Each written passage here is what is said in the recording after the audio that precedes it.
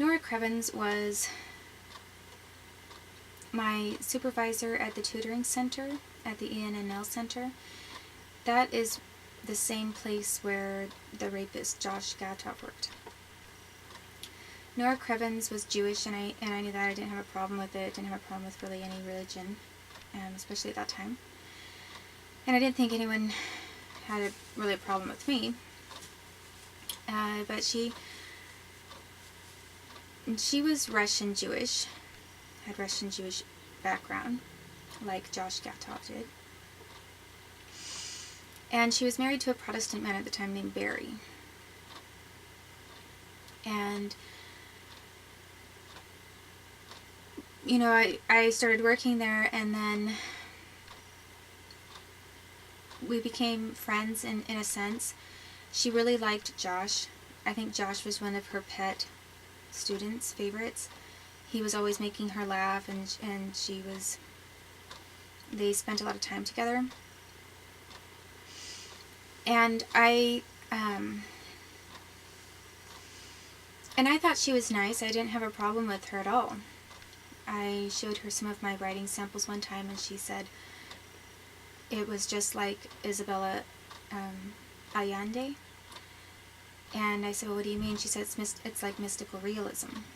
And I wasn't familiar with that genre, and she told me to check out the book House of Spirits, I believe. And instead, she ended up at one point giving me a book by Isabel Allende. That was a sort of an autobiography of her life, and not maybe her most common work, but I read it. And I didn't, I never actually have ever talked about her, really, because I just didn't know that it was important to bring it up, but maybe it is. So, you know, when I started having problems with the Mount Angel Abbey monks, I was telling her, she knew, I sometimes told her about things I was doing, and she knew that I went there sometimes for research, and by the time I was working for her, I think that there were some problems already, and yet I was still, I think I was really questioning what was going on with Brother Ansgar at that time, and I'd written a couple of emails to Father Joachim about it. But since it was Christmas as well, I do believe that by that time I had possibly already talked to... No, I don't think that I had talked to the abbot yet. I think that there was some concern. I have a weird feeling that I met and saw Richard Whittemore at that Christmas concert for the first time. And I'm not sure why. I just remember seeing a man there who looked very interested in me and was observing me intently. And later when I saw Richard Whittemore, Dick Whittemore, he looked like the same man that I had seen at that Christmas concert. I remember what I was wearing. I remember what Nora was wearing. And I was wearing a black wool. It was a wool black 3/4 length fitted dress.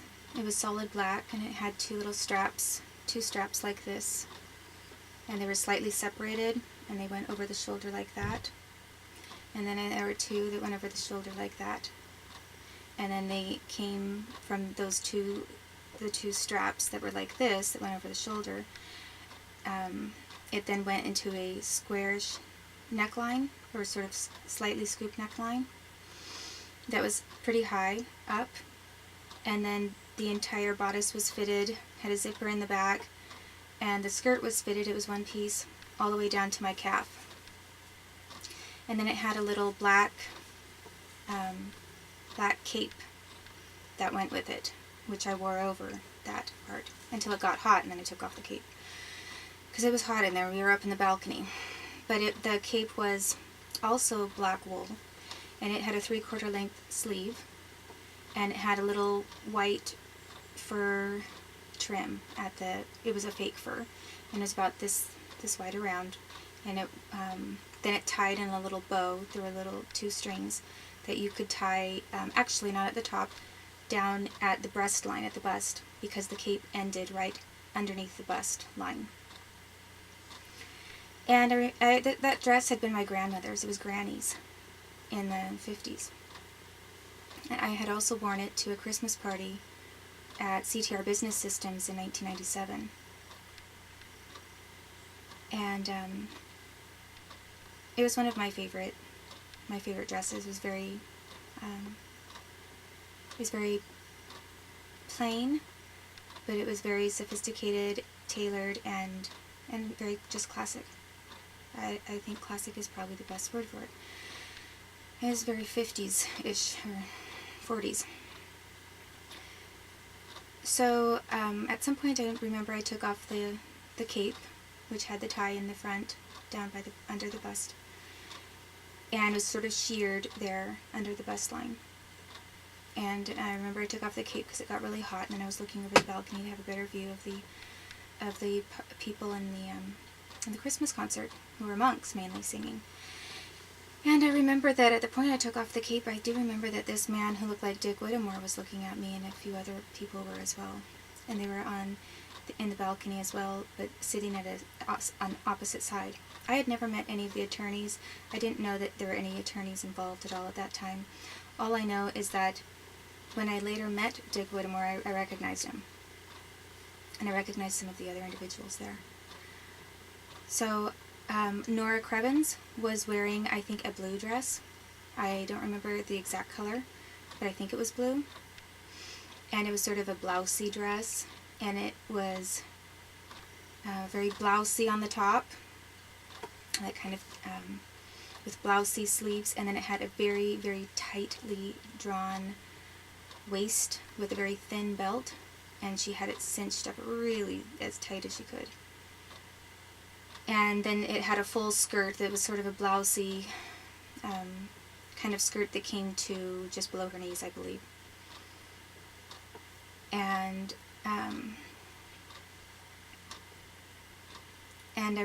Brother Ansgar met us both, and of course he was wearing his monk garb, just, you know, the traditional thing that monks wear.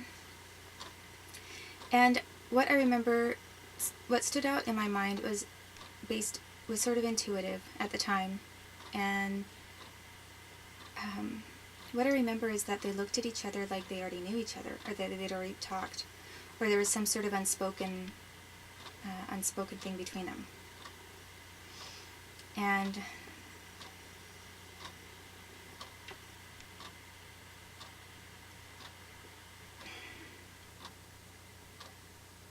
I had this really strange feeling about it. I suddenly had this feeling that Nora Crevens was not on my side. And that was in Christmas. That was Christmas of following a few months after I had been raped. And I didn't tell her about the rape, but she began sort of avoiding me. She didn't talk to me as much, she sort of avoided me. She looked concerned. And then I did invite her to this Christmas party anyway, because they said invite a friend or invite somebody.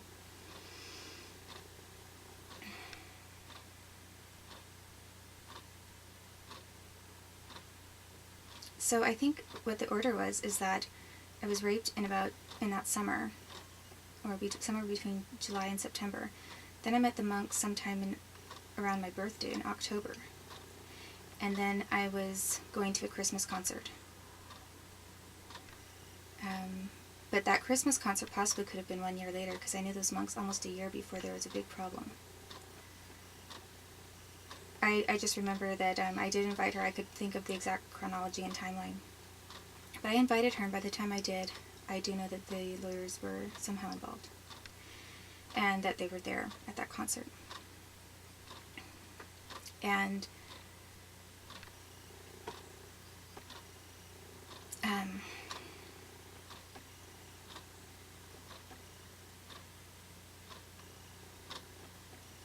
I think the strangest thing about all of it, I could tell Brother Ansgar was attracted to her, physically attracted to her, because of the way he looked at her, and I could just read that. And I'd been around him enough, like a few times, several times, to know, and he was staring at her chest and waist, I mean, that's fine. Any man, it doesn't matter if you're a monk or not, can look. But I remember that he was physically attracted to her, and she knew it, and she was sort of flaunting it a little bit. And then the strangest thing that I noticed was just this, I felt they had some kind of, they were not telling me what they both knew about me or were holding against me. And that's how I felt. I felt that she was not working in my favor, and that she had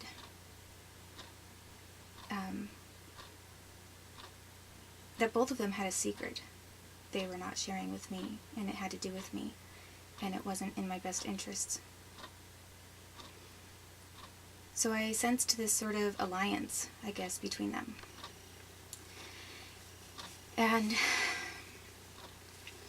I think that it was a year after I had been raped. So I believe that that alliance potentially was, or maybe it was right after. I will definitely check the date because it's important. But I think that alliance was that the Abbey was starting to feel that they had a problem with me, not wanting to make me look bad or something.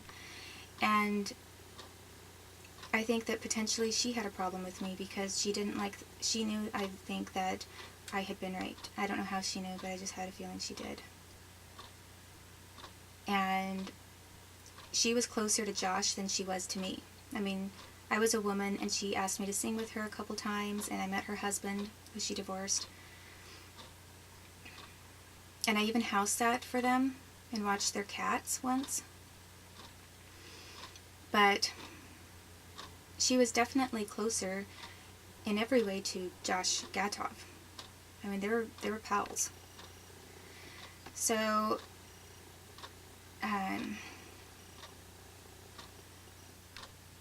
so I think that was the first time I ever recognized any kind of connection with a joint motive against me, was when Nora Crevens and the monk met each other, and how they acted around me and acted towards each other, and then what happened after that point. And she began avoiding me pretty much from the time that I was raped. She looked guilty. She didn't really talk to me. I think I still tried to make an effort with her and maybe did a thing or two with her anyway. And I never told her what had happened because it was her employee. It was him. And she was friends with him. But then I did quit working there because I was having panic attacks when he showed up.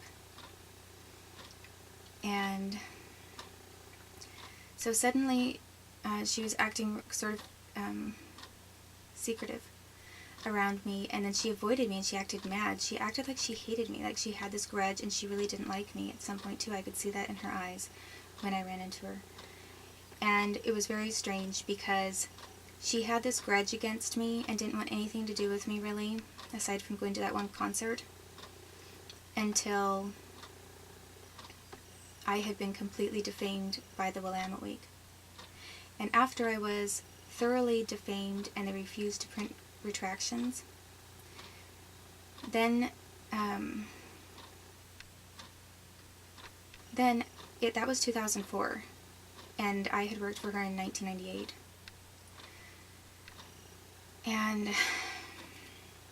possibly a little bit in 1999. And all of a sudden, after several years of not talking to me at all, or just, she called me up and said that she wanted to catch up. She said she wanted to get together and catch up. It'd been a long time. But she only wanted to catch up after I was defamed and I had no case against Josh Gatov because the police dropped it. She basically called me after the police said they were dropping my case. So he was out of the country. The Portland PD told me they weren't going to pursue it because of this article that came out against me that defamed me and made me look bad. And that article was written by a Jewish guy who was editor for the Willamette Week. And then all of a sudden, Nora Crevens, after not wanting to have anything to do with me, she called me up and said she wanted to catch up. So we met at this coffee shop. She bought my coffee, and we talked. And she said, "I really would like to help you." She said, "I just feel so sorry for what has happened to you, and I would like to, whatever I can do. If you need, maybe I could write a letter of reference for you, and that will help you get on your feet." And So I said, okay, but I wondered why hadn't she done that before?